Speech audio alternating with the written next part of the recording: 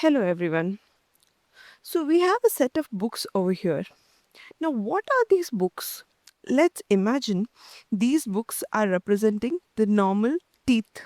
Basically the teeth are all aligned straightly, kept nicely in place, all of that. Okay. Now what happens is we remove one book. So when we remove one book, initially there is a space over there. Now, slowly, what happens is eventually the books start moving one by one. So there is a movement of the teeth. So imagine if this was the normal physiological position, it comes to another position which is not physiologic. So that becomes your pathological position, and that's exactly what we are discussing today. That is the pathological tooth migration of the teeth. Okay, so that's a topic for discussion today. I am Dr. Faiza. I am the subject matter expert for Medi Study Go for the subject periodontics, and we are going to learn periodontics in a much easier and a simpler way. So before we come to the part where what is the pathology or pathological tooth migration, like where is the abnormal point, let's figure out the normal tooth positioning, or which is called as the physiological tooth position. Now, physiological tooth position is nothing but it's a position simply maintained by all the forces which is acting in the oral cavity. Like if you talk about tongue, your constant tongue is pushing your teeth out. So but along with that there is lip and cheek, which is like focused on maintaining the outward part of it. So you have the tongue pushing outside and the lip and the cheek inwards, so there is a balance between the two. So let's take an example over here. Like your tooth is like a in the center of the tug of war. Okay, so now there are two forces pulling each other and tooth is in the center. So that's exactly maintained by equal forces by the two sides. Okay, so there is a balance between maintained everywhere, like with all the forces running around. Now what happens in a pathological tooth migration? Either one player goes out, or there is some weakening of the tissues around it. So example, there is periodontal ligament disease breakdown happening, there is periodontal destruction happening. So what happens is there is the balance is disturbed. So when that happens, the tooth starts moving to either one side. Okay, so that migration is called as pathological tooth migration, and that's exactly what we are going to discuss about in detail today.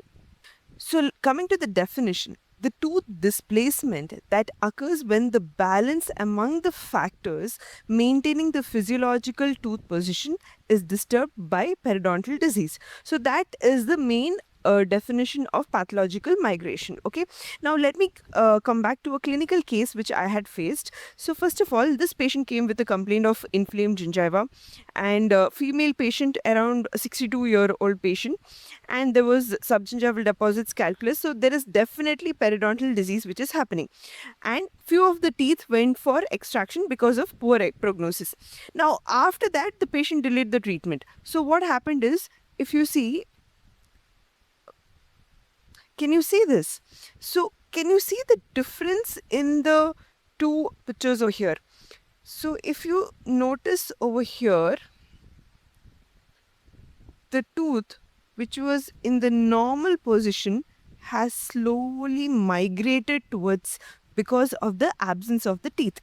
Now that exactly when the disease occurs, and if the patient is not able to maintain that space, immediately the adjacent tooth goes into that migration of the teeth from that place to the place where there is absence of teeth. So that is one major example I wanted to give you all here, so that you all understand that within 2 months, if the periodontal destruction is really high, within 2 months the chances of migration is really high as well. So normally when a person extracts a molar teeth, people don't go for replacement of the teeth. So what happens when that happens? The molars, they start slowly sleeping down. So it becomes more like, because there's an extra space over there. So the second molar is like, imagine the first molar is removed. So the second molar is like, now I have full space. So that's why where it starts coming in this place of the first molar. So equally, even the premolar gets more space. So it starts drifting away to the place where there is no teeth. So that part of the tooth displacement because of a periodontal destruction or a tooth removal, that is called as a pathological tooth migration. So next what we are having is the different types of movements. Okay, now if you take the different types of the movements, first let's talk about the flaring. Flaring is nothing but tilting outside. So some patients or people you would have seen, their entire teeth is like flared outside. Now here the interesting part about the flaring is the teeth is only the crown portion is being flared. The actual root position is at its original position itself, but there is a movement, that is a tilting of the teeth only. Okay, so when there is entire teeth like this, like all sides is flaring, that is that position of the tooth movement is called as flaring. Okay, next we have extrusion. Now extrusion is nothing but the lengthening of the tooth due to the pushed out movement. Okay, now I'll tell you what example over here. Let's take this as an example.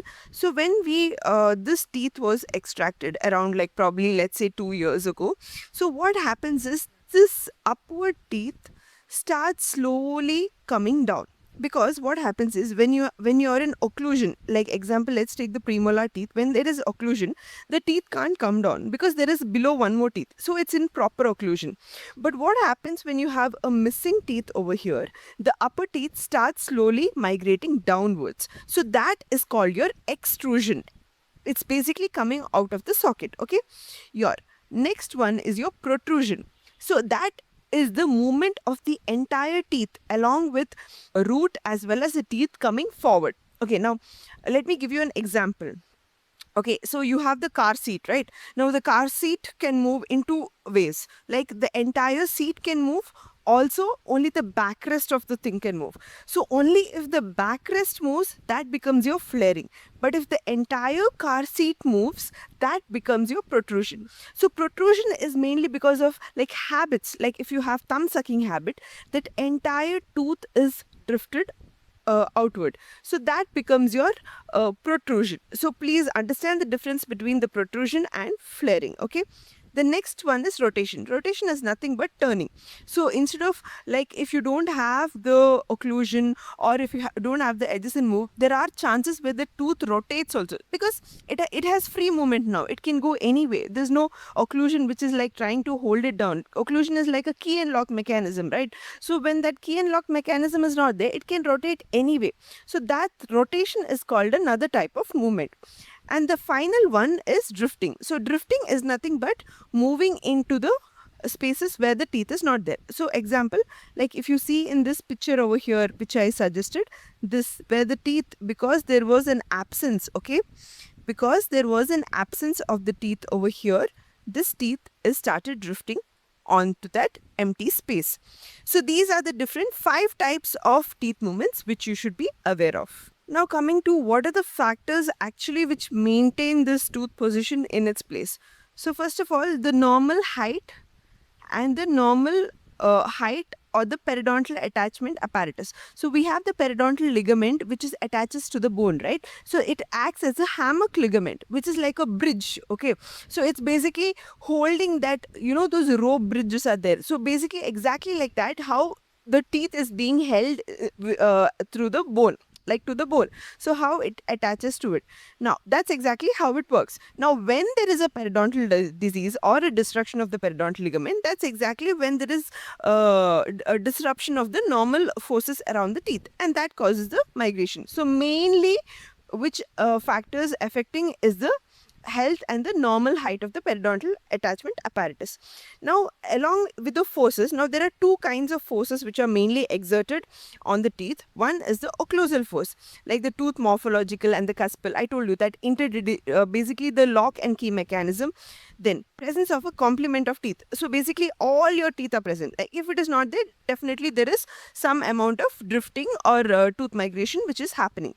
Then mesial migration tendency. Okay, exactly. So movement of the entire set, that is the entire, basically if you have a midline diastema, the entire set of dentition starting to move towards your mesial side. So it has more of mesial migration tendency than a distal one.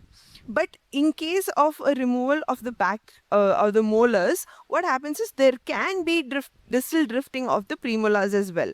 But the majority of the tendency is towards the mesial migration. Then the nature and the location of the contact point relationships, proximal and incisal and occlusal attrition, and axial inclination of the teeth. Now, the other forces are the soft tissue forces like pressure from the lips, cheeks, and the tongue. Now, what are the causes of this tooth migration?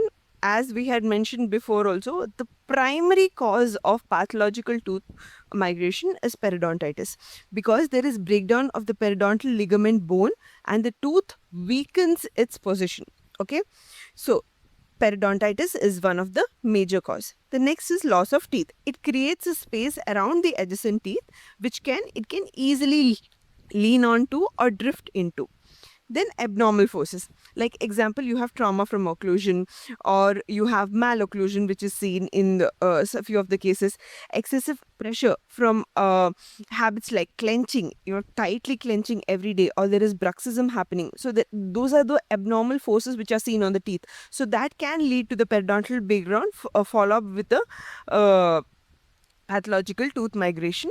And abnormal forces from the soft tissue, like you have lip biting habit, other cheek biting habit, like you're constantly pulling your cheek inside, or you're biting your lips. So that can cause that unwanted force on the teeth.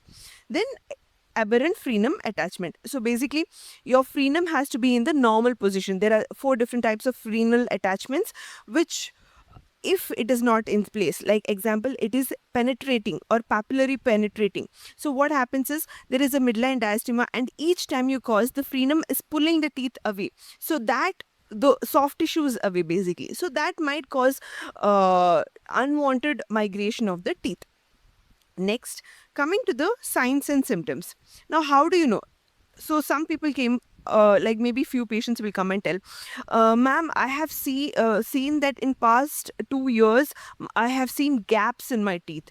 So there is some amount of pathological migration happening of the teeth, and you have to figure out where. So, or gaps forming between the teeth, that is one of the sign. Teeth shifting from the position or becoming loose. There is increased sensitivity. So basically, it is getting more exposed to the root surface, or there is recession which is happening when there is space which is created. So all is one of the causes for or one of the signs of pathological tooth migration. Change in the bite. The patient is not able to bite properly like before. So there can be some amount of movement of the teeth which has happened, and difficulty in chewing. So when it is not in proper occlusion, patient can't chew properly.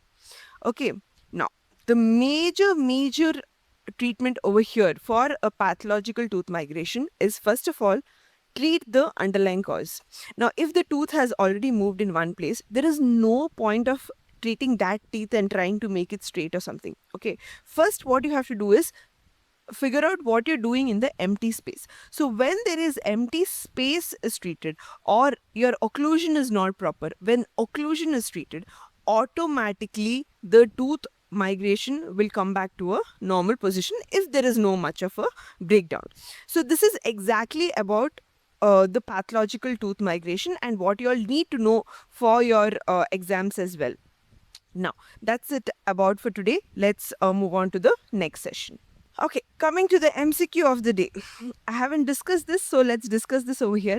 Pathological migration of the tooth occurs towards the bone resorption area, always from the bone resorption area, inciso-occlusal direction or axio-inclined direction. Okay, now let's talk about the teeth over here. Okay, now this is the teeth. Okay, and you have the bone. This is the gingiva and this is the bone. Okay, now let's talk about resorption of the bone over here. So when the resorption of the bone is happening, what is happening over here? The teeth is becoming more weak at this position, right? So what has happened is, see, if the bone is very strong, there are direct attachments to it. Okay, so it is maintaining it. Now, when the attachment becomes weaker and the bone is, let's erase that part. Okay, so probably if we tell from that, there is the bone has depleted over here. So what happens is, when there is depletion, obviously the teeth will start moving towards that area. So it is not the cause from where the bone resorption is happening. So it will move towards the bone resorption area. So definitely the answer will be over here is the pathological migration of the tooth occurs towards the bone resorption area. So I hope you all have understood this MCQ clearly.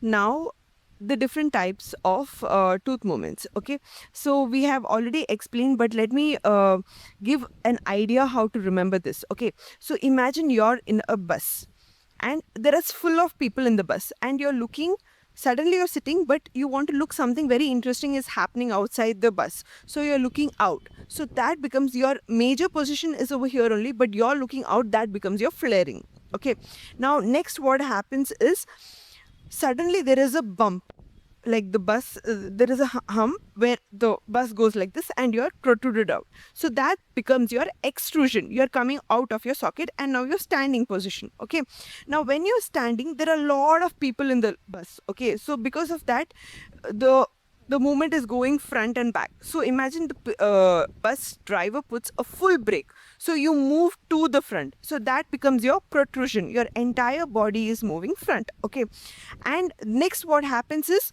suddenly the behind person is asking you something and so you turn fully, so that becomes your rotation. So you finish your fourth movement as well. Then finally somebody walks up from their seat and goes, so you go and occupy their seat, so that is called as differing. This is just for a way for you all to remember. When you look outside of the window, only your top portion is moving, so that becomes flaring.